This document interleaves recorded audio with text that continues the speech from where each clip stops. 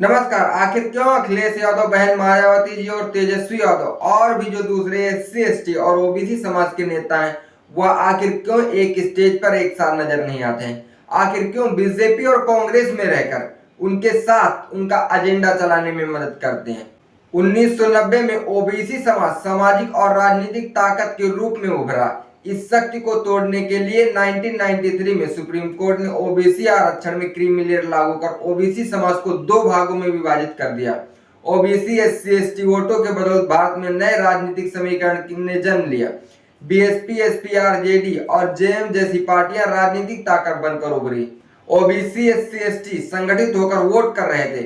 BSP, SP, RJD और JM चुनाव में अच्छा प्रदर्शन कर रहे थे। कांग्रेस और बीजेपी को बहुमत नहीं मिल रहा था। कांग्रेस और बीजेपी को चुनाव में भारी नुकसान उठाना पड़ रहा था। वो ओबीसी एससी एसटी एकता को तोड़ना चाहते ताकि बीएसपी, एसपी, आरजेडी को नुकसान पहुंचाया जा सके। पटेल, राजभर, कुशवाहा, खटीक, मुसार आज जात के बड़े नेताओं को अपना राजनीतिक दल बनाकर ओबीसी एससी एसटी वोटों में सेंध लगाने का काम किया, जो एक तरफ बीएसपी, एसपी, आरजेडी को जा रहा था। 2007 में बीजेपी और जेडीयू ने एससी वर्ग में महादलित वर्ग अलग श्रेणी बनाई ताकि आरजेडी को नुकसान पहुंचाया जा सके। अब एससी एसटी आरक्षण में वर्गीकरण कर बीएसपी, एसपी, आरजेडी और जेएमएम को राजनीतिक नुकसान पहुंचाने की साजिश रची जा रही है। मानववादी नहीं चाहते बीएसपी, एससी एसटी वर्ग के नेता इस देश का नेतृत्व करें। एससी एसटी समाज में फूट डालने की बुनियाद बिहार में बीजेपी जेडीयू सरकार के दौरान पड़ी। 2007 में नीतीश कुमार और बीजेपी ने मिलकर बिहार में एससी वर्ग के भीतर कुछ जातियों को चिन्हित कर महादलित नाम से अलग श्रेणी बनाई। महादलित का चेहरा जीतन राम मांझी को बनाया गया। मांझी जी को मुख्यमंत्री तक बनाया गया। यह सब बिहार में आरजेडी को कमजोर करने के लिए किया गया। जीतन राम मांझी ने अपनी पार्टी बनाई। एससी वर्ग में एक छोटा सा तबका जीतन राम मांझी के साथ हो गया। एससी समाज के बीच विभाजन का फायदा इसमें आरएसएस और बीजेपी को हुआ। सुप्रीम कोर्ट के द्वारा एससी एसटी आरक्षण में वर्गीकरण का फैसला देकर एससी समाज के बीच फूट डालने का प्रयास किया गया। जीतन राम मांझी जैसे नेता अपनी राजनीति के लिए वर्गीकरण का समर्थन कर रहे हैं, लेकिन इसका दूरगामी परिणाम बहुत ही घातक साबित होगा।